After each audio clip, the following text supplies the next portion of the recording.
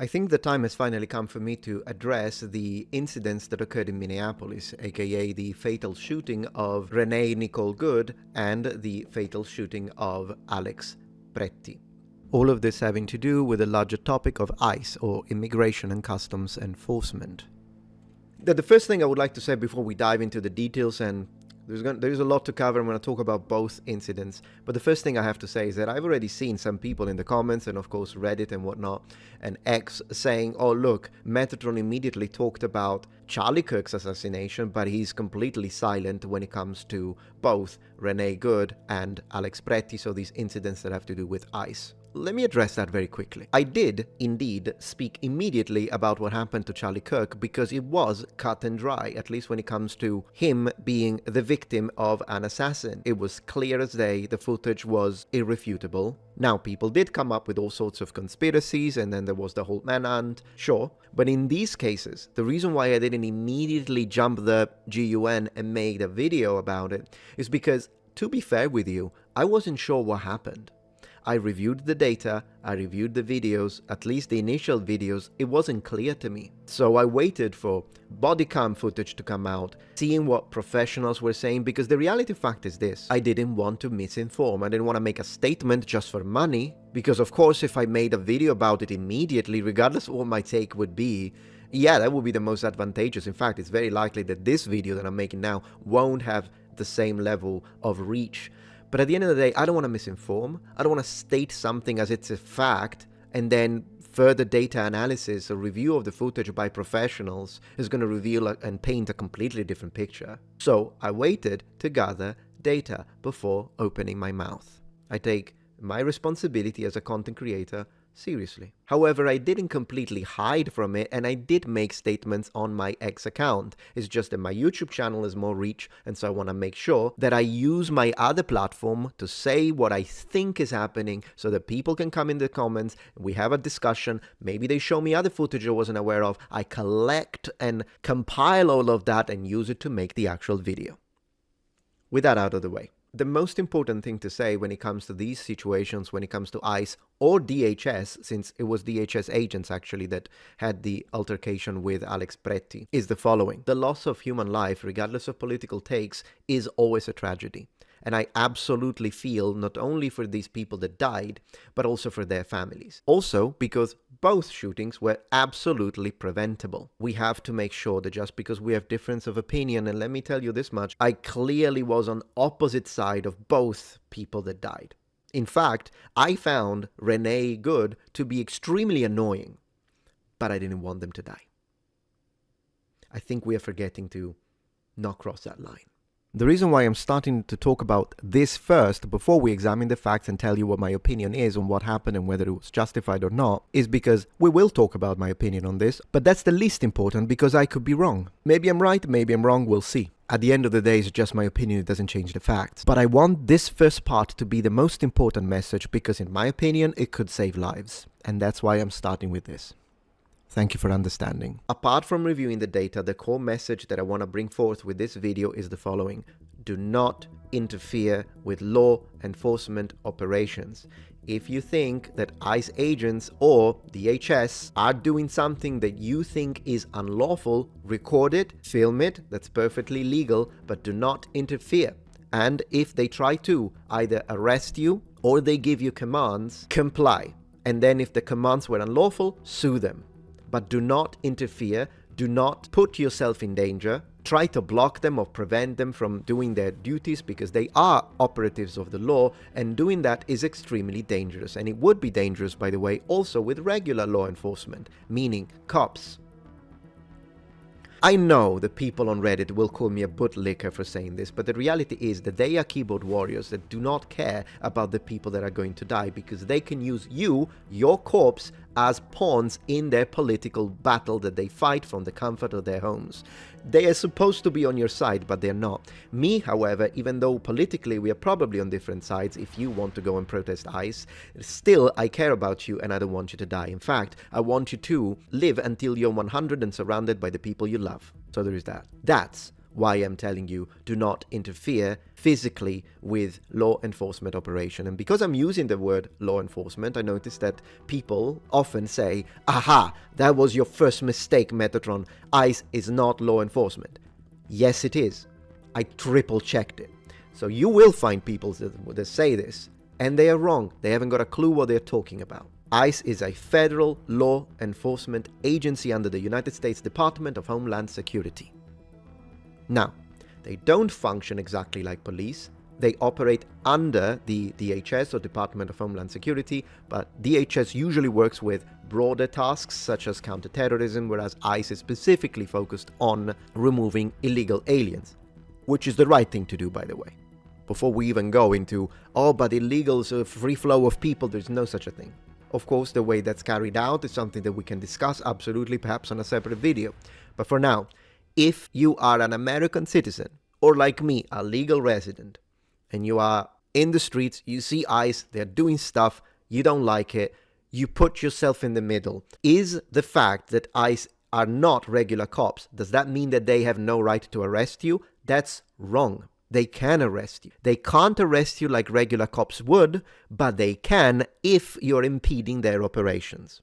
It's perfectly lawful, and you disagreeing with the law doesn't allow you to break it without consequences. It's unbelievable that I have to say this, but it seems like we should spend less time talking about pronouns at school and more time talking about civic education. So, let me repeat that one. Just because you disagree with the law, or you disagree with what law enforcement operatives are doing, it doesn't mean that you can decide to impede them, interfere, or reject direct orders and commands from officers of the law. And once again, this works with regular cops as well. It applies to regular police officers as well. With that being said, let's say that you see ICE officers and then they tell you, get out of the car. Get out of this car. And you think that they have no right to do it. You think it's an unlawful command. What are your options? You either comply and do it, or you refuse to do it and you oppose them. I strongly suggest you to do the former, not the latter, because the latter can escalate. And we're going to talk about escalation on this video, and I'm going to make a massive focus of this video. The latter is dangerous, and it really achieves nothing. At the end of the day, you will end up being arrested, or you'll end up in a chase if you try to run, or you'll end up 8 feet under the ground. Whether it being correct or not as a response is irrelevant to the fact that in that case, your life will be over. It would be a problem for the living, not a problem for you anymore. So I think the most important priority is to make sure that if you believe that officers, even regular cops, are giving you unlawful commands, comply with the commands anyways, record it, contact your lawyer, plead the fifth, and sue them in court. That's how you do it. And this way, if you were wrong, which you well may be, because do you have a degree in law? If you were wrong and the law says that their commands were correct, well, you complied, so that's going to be better for you. And then you're like, oh, okay, so I was wrong. You can disagree with it, doesn't matter. But if you were right and they did give you unlawful commands and they didn't have any cause to stop you or to arrest you or to remove you from your vehicle and when all of that, and you were right, they shouldn't have done it, great, sue them. Make money off of it at this point. You were right, they shouldn't have done it, great. But you being right doesn't make you bulletproof. Is refusing to comply with officers' commands sufficient ground for being removed from this planet? It depends on threat levels. Obviously, if someone tells you to do something, an officer, you don't do it, and they straight up execute you for it, yeah, that's illegal. Criminal, murderer, whatever. But if you've ever spent even 13 seconds reviewing body cam footage, you will know that oftentimes people do stupid things when they deal with police. So police officers will stop you, and then they'll tell you whatever the heck they tell you, and then people start behaving erratic, they're angry, they scream. All of that puts any agent into alert mode. What that means is that now they're on edge, and they are trying to assess whether or not you're a threat, because guess what? People do it.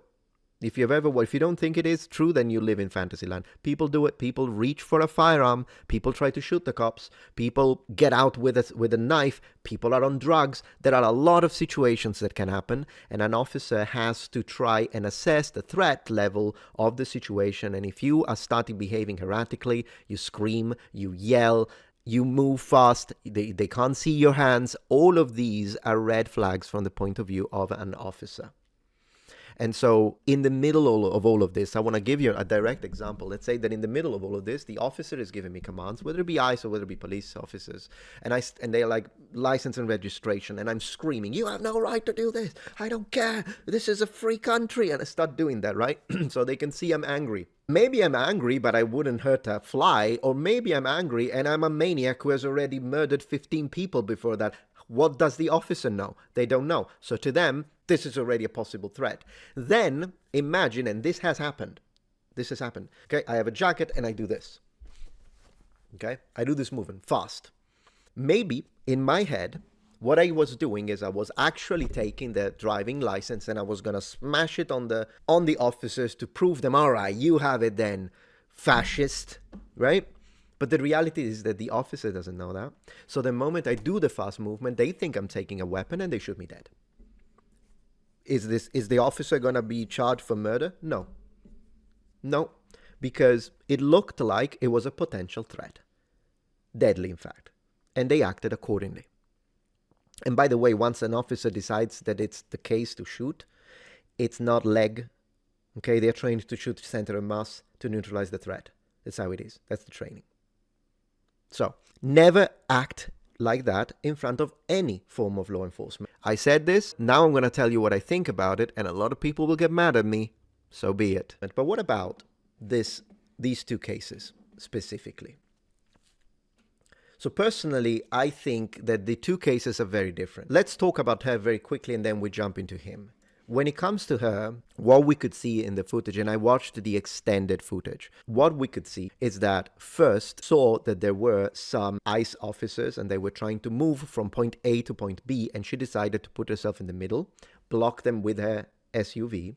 They, of course, they need to go because imagine they're having an operation, they're doing something, they're going to collect someone.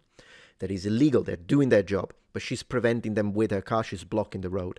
And you can tell in the footage that she was laughing, she was like playing around with her horn, laughing about it, and which is one thing that we need to understand. Neither her nor Alex clearly knew how to assess threat. They didn't know that they were in a very potentially dangerous situation, and this unfortunately has to do with the current climate that the left is pushing. You can hate me all you want.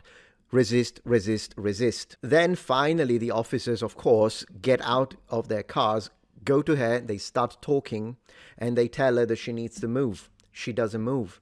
Plus, her wife, who is an absolute imbecile idiot, by the way, starts threatening the officers. She did. She absolutely did. The idea of being confrontational towards officers is already something that you should never do because it's very dangerous. Right now, they don't know if you have a weapon, and now that you are literally saying that, they could think you are a terrorist. They could think that. It's absolutely normal to think that. Once again, that doesn't give them the right to right out shoot you, but that's not what they did. Then, at first, the officers tell her to get out of the way. She doesn't get out of the way. So finally, the officers change the command and say, get out of the car. This is the moment where she should have complied.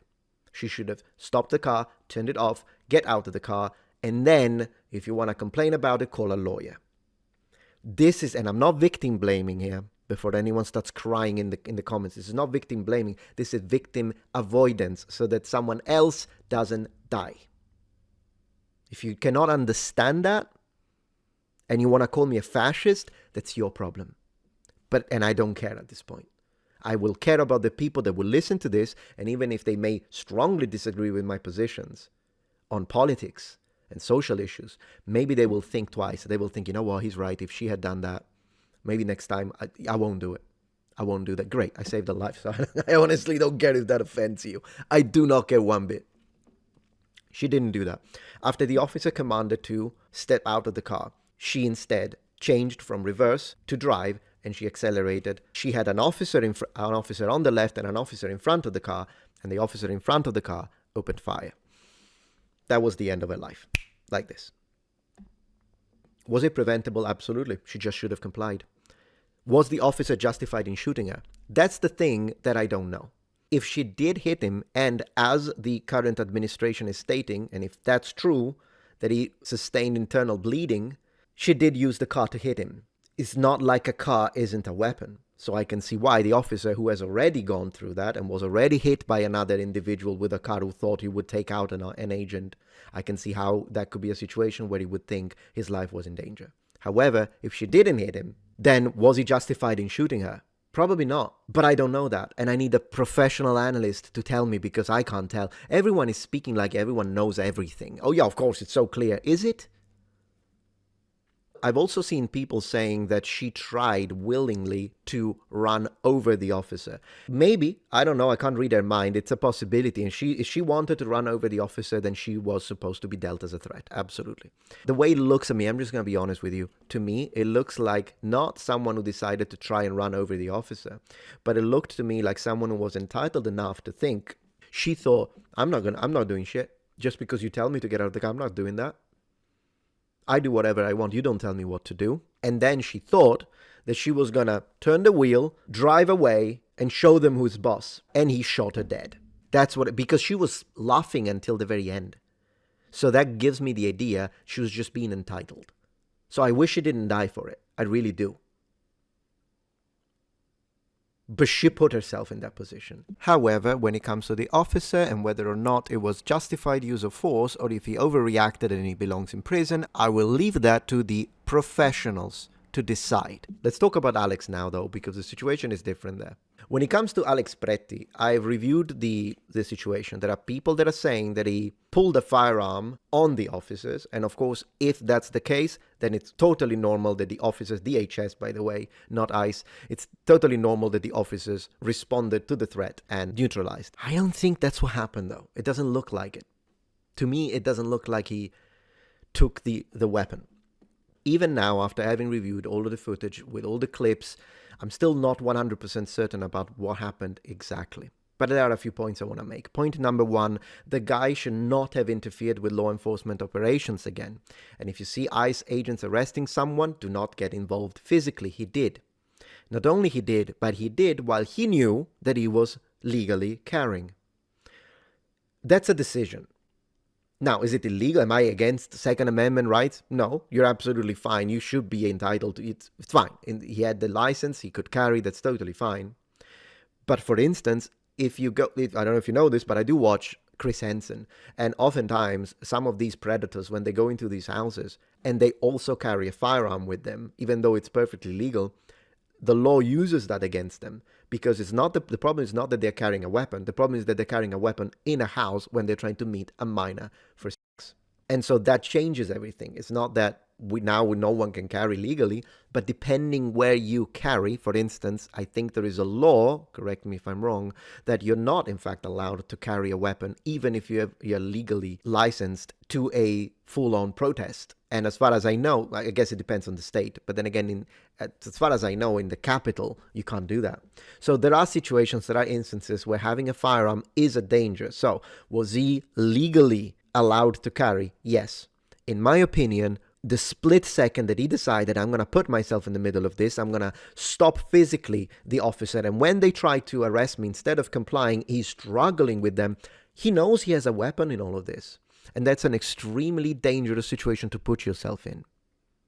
Because once again, the officers don't know if you're a terrorist or if you're just a peaceful protester.